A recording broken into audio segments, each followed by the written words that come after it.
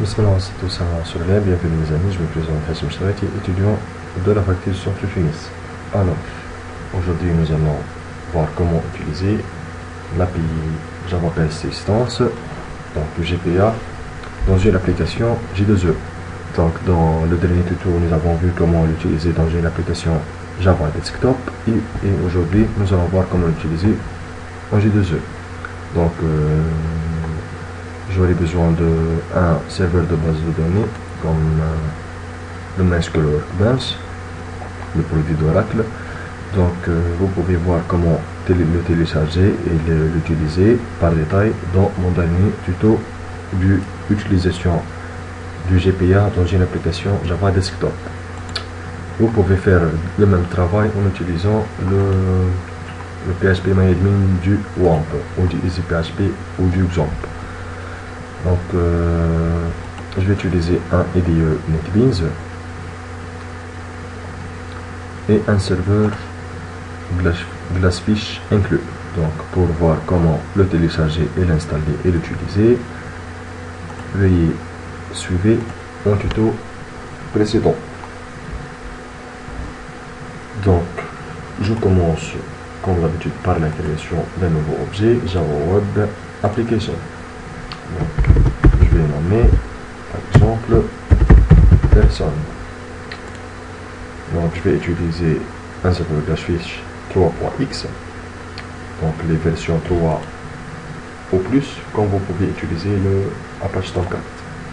Donc la Java version 6 et un context path, donc c'est l'URL avec lequel nous allons consulter notre application web, qui de préférence doit être le même nom que le projet. Donc ici le Auto-Interface Application, donc ici comme vous remarquez j'ai un EGB application, donc nommé test, que vous pouvez utiliser. Comme j'ai un EGB, comme je vous ai dit précédemment dans les tutos concernant les entreprises Java Beans, les EGB peuvent être réutilisés dans plusieurs fois quand ils sont des middleware. Donc je clique sur Next. Je vais pas utiliser des frameworks. Donc nous allons voir ces frameworks là ultérieurement, juste après le cours de EGB.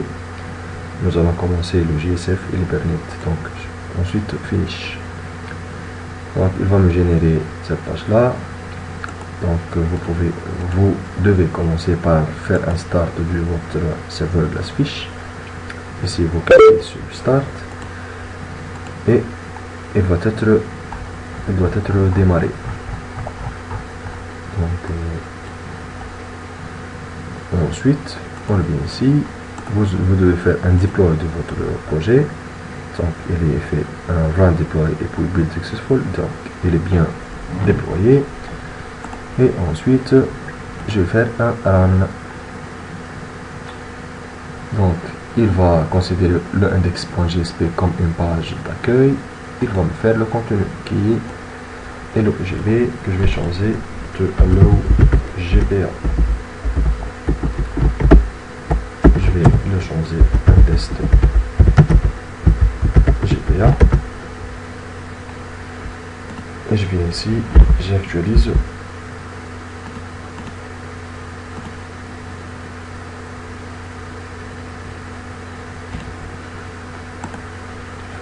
Car j'ai modifié le chemin. Donc il va faire un Hello GPA et un titre test GPA. Donc ensuite qu'est-ce que je vais faire? Je vais tout simplement créer un servlet.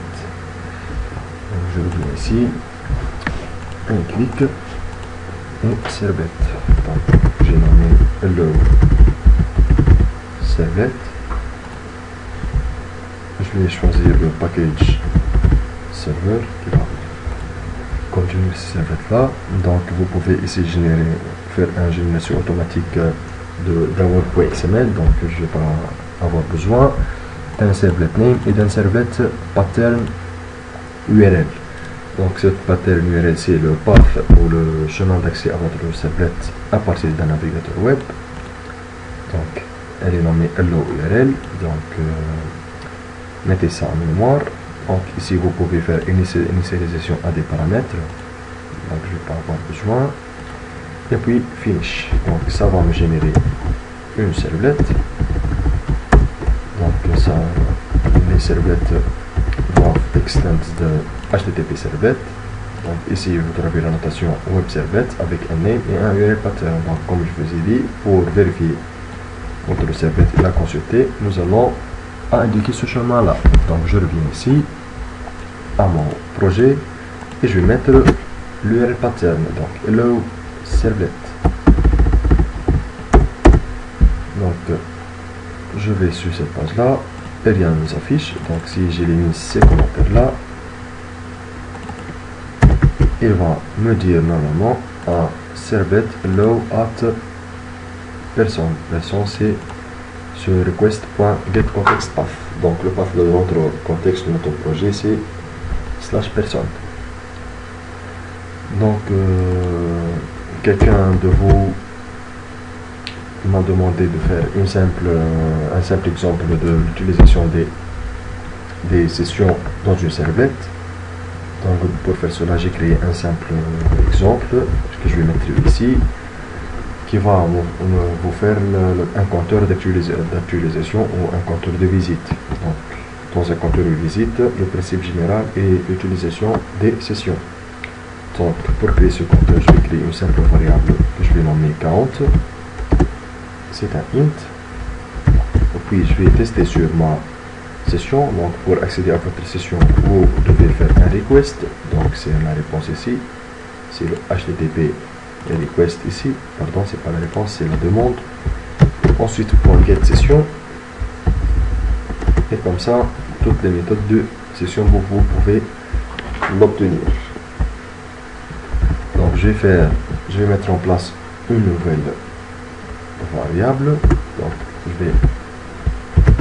je vais utiliser cette variable là, je vais la nommer count. Donc c'est cette variable là qui va être une variable de session.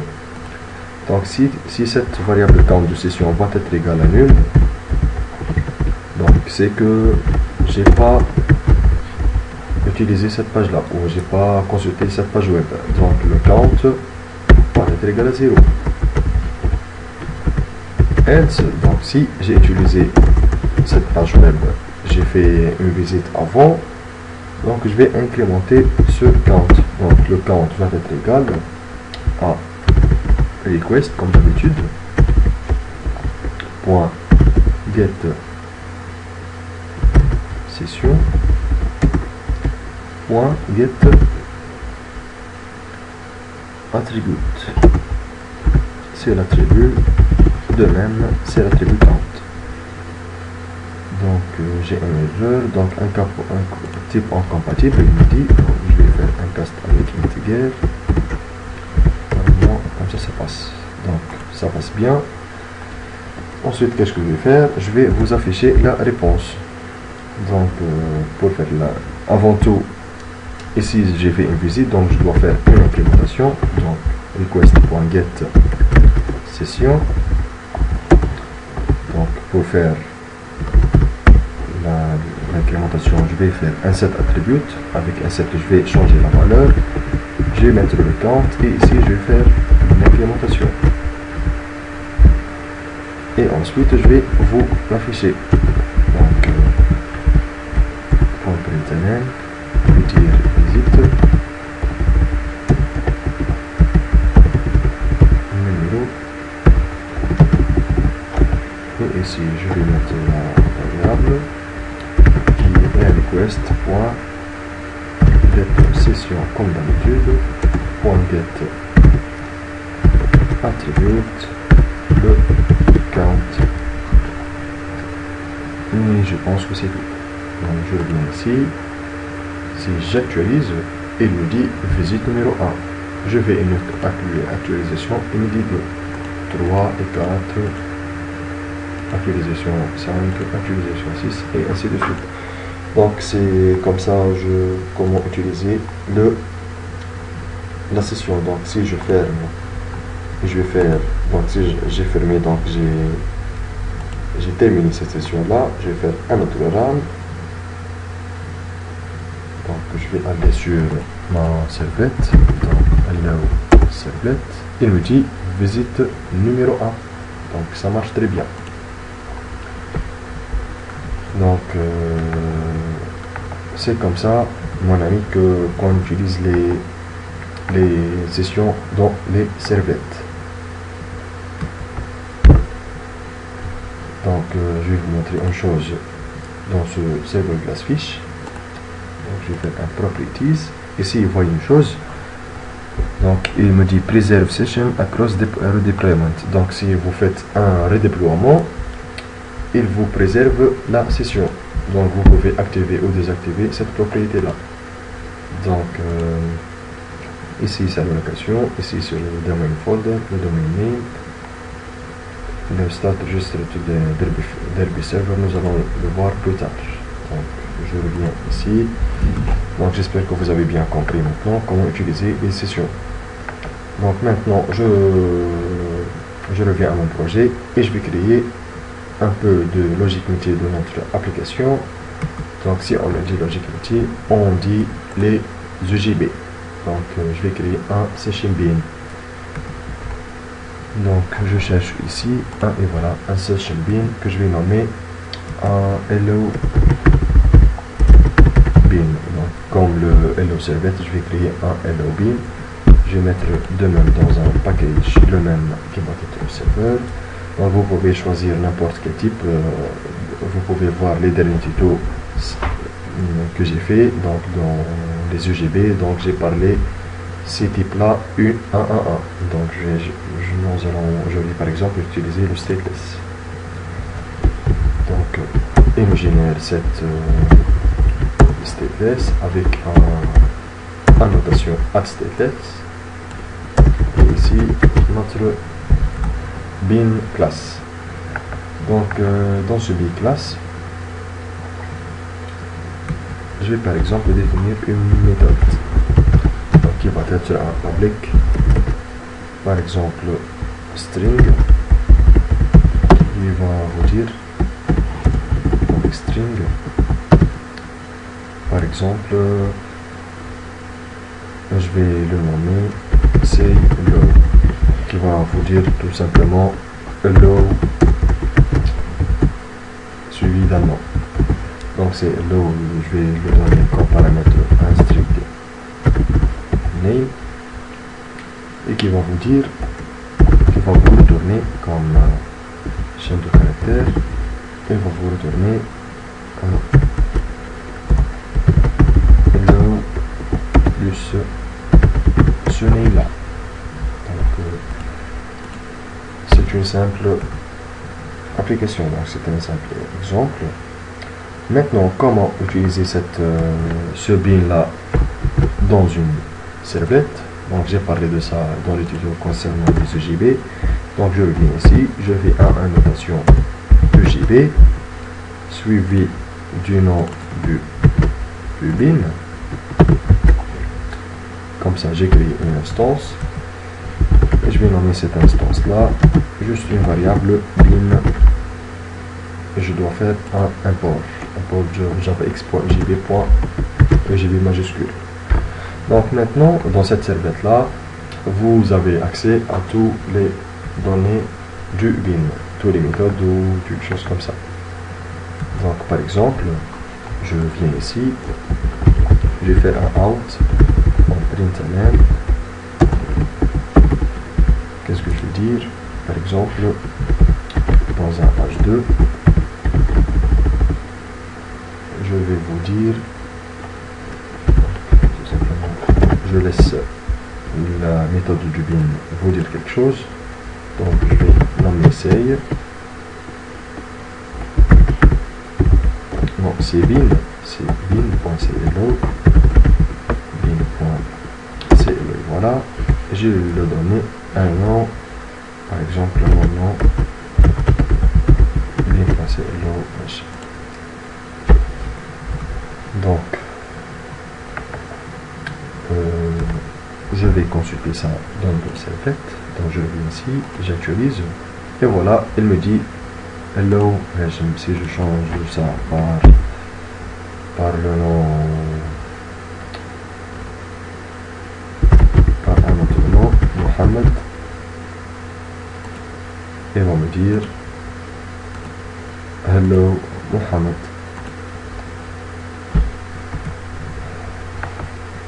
Donc c'est comme ça qu'on utilise un EGB dans un bin. Maintenant, qu'est-ce que je vais vous montrer? Nous allons parler par exemple un peu de ce qu'on appelle les JUnit. Donc pour faire ça, rendez-vous sur Tools. Ensuite, Create JUnit Test. Il va vous demander un JUnit 3.x ou 4.x. Par exemple, je vais choisir un 4.x, donc le dernier. Je vais faire un select et il me dit download et install JUnit. Donc je vais faire le download de ça. Donc il me dit un problème de proxy ou de faible connexion. Donc juste je vais vous montrer ce JUnit, qu'est-ce qu'il fait. Donc je vais l'expliquer. Donc voilà, il va vous générer un create test. Donc c'est les méthodes vont être public protected et un package privé. Il va générer des valeurs initializer et final et un javadoc et un source. Donc je vais cliquer sur OK. Je reviens ici. Donc les erreurs, ces erreurs là sont dues au manque de connexion que j'ai fait. Donc vous avez à faire les mêmes étapes. Je suis désolé car j'ai pas de bonne connexion chez moi.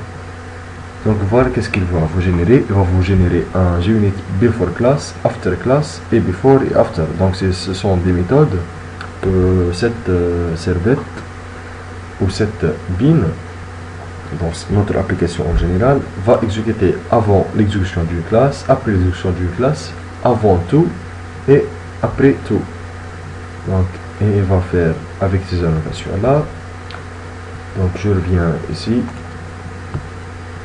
rendez-vous sur Google, je vais faire JUnit. Donc dans ce site là, il me dit JUnit est un simple framework pour faire des tests répétitifs. C'est une instance d'une XUnit architecture pour faire un unit testing frameworks. Donc c'est un framework pour faire des tests répétitifs. Donc pour le télécharger, veuillez venir sur ce site GitHub. Vous faites un download and install du wiki. Vous allez trouver une très bonne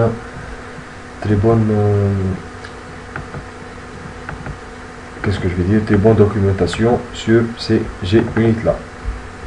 Donc dans cette première partie, nous avons vu comment utiliser les servlettes, les JSP et faire un demande à un bin à partir d'une servlette. Donc maintenant je vais créer mon base de données. On commence l'utilisation de la GPA. Donc je viens sur mon connexion localhost. Je vais créer un nouveau schéma. Je vais nommer personne. Par exemple, je vais mettre un nom quelconque. Donc, par exemple, je vais nommer personne. Je vais faire un apply, et voilà, ma base est bien créée. Donc c'est où? Sur cette base là, je vais créer un nouveau table. Je vais le nommer personne, oui. Donc je vais éliminer ce test package qui est erreurs disparaissent. Un C8 et un refactor. Donc, voilà, les ennemis sont enlevés. Donc, je vais mettre en place quelques colonnes. Par exemple, la première, ça va être un int, qui va être un primary key, not null et auto increment. Donc, la deuxième, par exemple, je vais la nommer nom du personne, peut-être un varchar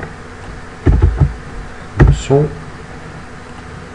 et ensuite la troisième va être le prénom d'une personne avec un varchar, par exemple, de son.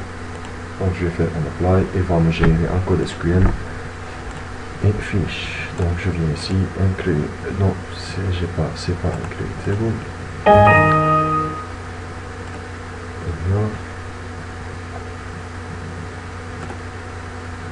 Donc je vais consulter ma table ici. Par exemple, je vais insérer quelques données, comme je l'ai dit, ou par exemple le nom de mon binôme, c'est une image.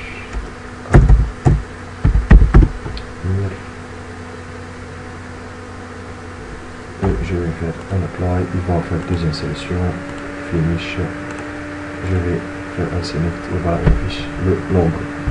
Donc ensuite je reviens sur mon projet, sur le NetBeans, donc après la création de ma base de données.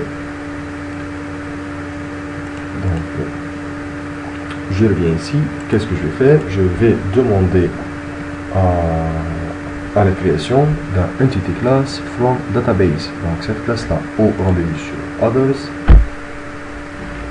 Donc ensuite je vais sur persistance. Donc j'attends persistance, c'est où? Voilà, persistance et entity class from database. Donc il va me générer une entity class from database. Avant tout, je vais le donner le data source. Donc je viens sur new data source. Donc je reviens sur new database connection. Je viens sur MySQL. Donc ici vous trouvez beaucoup de drivers. Si vous faites un PostgreSQL ou un Oracle Thing ou un Oracle ici, aussi un JDBC ou JDBC Bridge. Donc je n'utilise pas les bridges, j'utilise un simple connecteur JDBC. Donc ici voilà notre driver qui va inclure avec un hostname. Ce sont quoi ces paramètres là? Donc je viens ici sur, donc ici je vais faire voici, donc j'utilise un root, un user qui est le root, donc un username qui est le root, et un hostname 27.0.0.1, le hostname 27.0.0.1 qui est le localhost, et un port 3306 qui est ici bien indiqué 3306. Donc vérifiez bien ces configurations sont bien utilisées. Donc le database name, j'ai nommé personne, c'est avec S ou sans S, c'est sans S, oui. Donc personne, ici vous mettez votre password, remember, et je vais ici tester la password. Donc il me dit la connexion est bien établie. Donc par exemple si je mets un row, je vais un test et il me dit la connexion ne va pas être établie et denied connection, denied access. Donc je reviens à row, connexion succeed. Donc je vais faire sur next, finish. Donc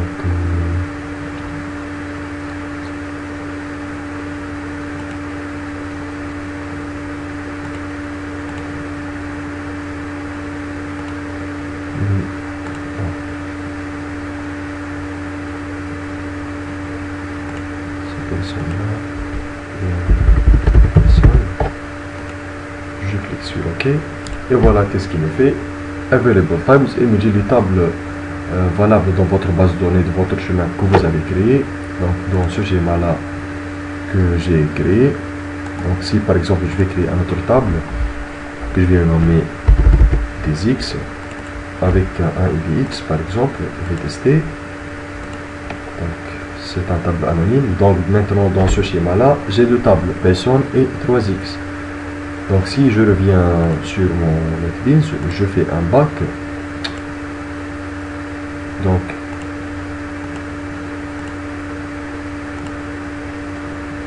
non, c'est pas finish. Donc je viens ici, je vais sur ma personne, elle me dit un add. Donc il va ici vous mettre les tables valables. Donc j'ai le table add. Je vais les sélectionner la table personne que j'ai créée. Donc ensuite la database name qui va le mettre avec un ORM, un Object Relational Mapping. Donc il va faire le mapping dans une database qui va le rendre dans une classe. Donc les champs vont être des propriétés et les contenus, les lignes vont être des objets. Donc je clique sur OK. Donc après tout ça, je vais mettre dans un package que je vais le nommer par exemple modèle ou package de database ou quoi. Donc il va me générer un named query. Donc si c'est un GPQL et un JAX annotation et un create persistance unique. Donc il va me créer un persistance unique. Mettez ça en moi, je vais l'expliquer tout de suite. Donc ensuite on fait un finish.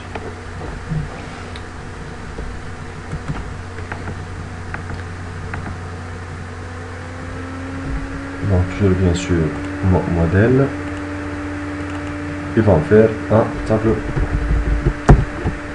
une classe personne. Donc cette classe personne là, c'est la classe équivalente à notre table de base de données. Donc notre table de base de données contient un ID, un nom et un prénom. Donc de même cette classe là, elle est entity, donc unité par entity. Donc c'est une entité de persistance, unité de persistance, qui va être l'équivalence à une alt table, le nom du table c'est personne. Avec le named query, ce sont des requêtes déjà créées avec du GPQL, Java Persistence Query Language. Donc c'est l'équivalent à SQL dans GPA. Donc person provide all, c'est l'équivalent de select étoile from person. Un select provide ID, c'est-à-dire select étoile from person where ID égale à un ID donné. Donc si on dit deux points, on dit une chose donnée. Donc il va me générer un ID avec un generated value qui va être identity. Donc ça va être un ID. Ce generated value peut être aussi un auto, c'est-à-dire auto increment. Donc si vous mettez un ID, il va le prendre auto increment par défaut. Donc il a not nul, car j'ai mis not nul. Cette private integer ID, c'est l'équivalent à un colonne ID. Donc cette private string nom est l'équivalent à un nom de taille 100. Et la personne est l'équivalent d'un colonne personne avec d'un colonne prénom de taille 100. Donc et il fait avec des setters et des getters comme vous savez. Donc pour plus de détails, veuillez consulter mon tuto précédent sur l'utilisation du GPA dans une application Java desktop. Donc ensuite j'ai demandé de création qu'est-ce que j'ai appelé d'un unité de persistance. Donc pour l'avoir, je viens sur configuration et sur persistance.xml. Donc c'est ici que vous trouvez l'unité de persistance. Donc avec cette interface, l'unité de persistance c'est nommé personne PU. Donc avec beaucoup de choses comme ça. Leur équivalent c'est une XML. Donc qui va le GTA data source, la source d'où elle vient, c'est le nom du table, c'est la table personne. Donc maintenant je reviens dans ma servlette qui va contenir le jeu de le contrôleur. Donc qu'est-ce que je vais faire? Je vais appeler à cette unité de persistance là. Donc pour faire appel à cette unité de persistance ou pour manipuler des bases de données, la chose la plus importante que j'ai déjà parlé dans le tuto précédent du GPA dans l'application Java Desktop, c'est un Entity Manager. L'Entity Manager, c'est une chose qui vous donne main à votre base de données. Donc vous pouvez manipuler votre base de données à partir d'une classe, celle-là, du GPA, et le drivers sans aucune création ou aucune écriture du SQL. Donc oubliez tout l'SQL, oubliez toutes les choses que vous connaissez dans le JDBC par exemple. Donc maintenant, vous ne manipulez que des classes et des objets Java purs. Donc je dois appeler ma unité de persistance au début, donc un persistence unit. Donc cette persistence unit, elle est nommée comme vous avez vu. Ensuite vous devez appeler un entity manager factory, Java X.persistance que je vais nommer entity manager factory EMF. Donc avec cette EMF entity manager factory, vous pouvez manipuler votre base de données. Donc avant tout, qu'est-ce que vous allez faire? Donc je reviens ici. Donc avec ce EMF là, vous voyez comment je peux créer un Entity Manager. Donc voilà, j'ai créé mon Entity Manager. Ensuite je vais utiliser un create. Donc qu'est-ce que je vais créer avec cette Entity Manager? Je vais créer un named query. Donc dans ce named query là, vous pouvez faire un named query. Ce sont quoi les named query? Ce sont les queries, c'est-à-dire en demande de votre base de données. Ce sont les choses qui se trouvent dans votre persistance, unité de persistance, dans votre entity. Donc c'est comme ça, vous avez un named query, c'est un nom du query suivi du query. Donc pour faire appel à select étoile from person, donc vous avez cette nommation là. Donc vous pouvez faire un person.fetchAll et donc je fais un copier-coller ici, je reviens à mon servlette, le named query va être un fight all. Donc je vais tout simplement faire un fight all de toutes les personnes, un select étoile. Donc ce fight all va me retourner une liste. Donc je vais faire un get list, get result list, oui c'est ça. Donc jusqu'ici vous avez une résultat. Sinon moi je vais prendre le get index de 0. Donc je vais tout simplement prendre le premier, donc le numéro 0 argument. Donc je vais stocker cette variable là. Donc cette variable elle est de type personne qui va être un pair que je vais donner un. Donc j'ai besoin de faire un cast et un personne ici. Donc je prends ce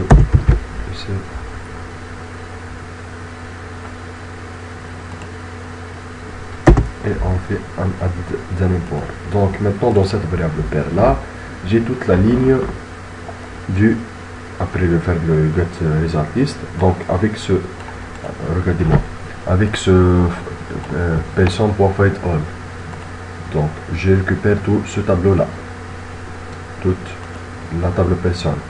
Donc ensuite avec get result j'ai aussi maintenant un champ de ligne des colonnes exactement comme celui-là. Donc je vais récupérer get 0, Donc il va tout simplement me récupérer l'index numéro 0, donc avec un ID numéro 1. Donc l'index 0, l'équivalent à un ID 1. Donc et maintenant je vais par exemple faire juste un affichage pour vous montrer si ça passe bien. Donc je vais ici, je vais faire un out.println, un h2,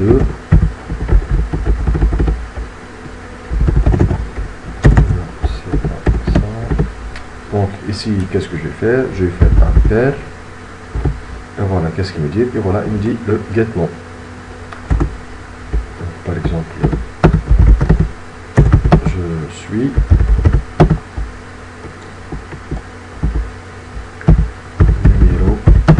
numéro impair.get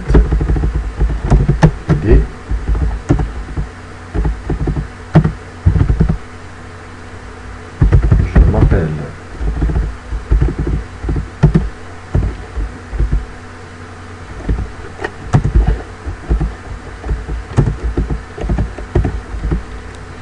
je m'appelle impair.getNom suivi d'un simple espace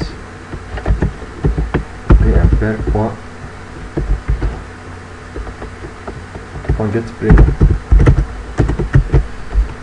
Donc ils vont me retourner, je suis numéro 1, je m'appelle Shreiti Hashim. Donc je reviens ici, je vais faire maintenant un deploy pour vérifier les cas d'erreur. Il me dit MP successful, donc je reviens ici sur ma serveur là, j'actualise et voilà il me dit je suis numéro 1, je m'appelle Shreiti Hashim. Donc qu'est-ce que je vais faire? Je vais tester le numéro 2, c'est-à-dire qu'il va me dire je suis numéro 2, je m'appelle Zitouni Amir. Donc il est numéro 2, il m'appelle Zitouni Amir. Donc c'est ça la manière de faire accès à travers un GPA dans une application J2E. Donc vous avez beaucoup d'autres astuces, donc je vais vous montrer quelques remarques. Donc vous pouvez vous-même créer votre named query. Donc venez ici par exemple, faire un named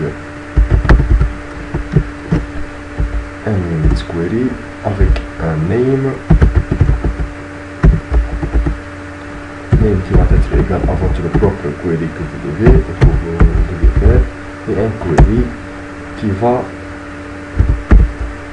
être un query que vous donnez aussi. Donc dans ce named query vous nous nommez par exemple quelque chose que vous voulez, et ici ça va être un query. Donc ce query là doit être du GPQL, donc ne mettez pas du SQL. Donc le GPQL c'est un langage très simple, donc comme des choses comme ça, il est tout à fait près du SQL. Donc si vous êtes familier avec du SQL, c'est très simple à comprendre et à apprendre le GPQL. Donc vous mettez votre query ici, donc comme ce simple query. Donc vous allez sur votre servlette ou votre bin, donc vous faites un appel à une persistence unit avec un entity manager factory, et avec ce EMF vous pouvez faire toutes choses. Donc emf.create factory.create named query. Donc ici vous faites appel à le query que vous avez déjà fait, un get result et beaucoup d'autres méthodes. Donc si je fais comme ça par exemple,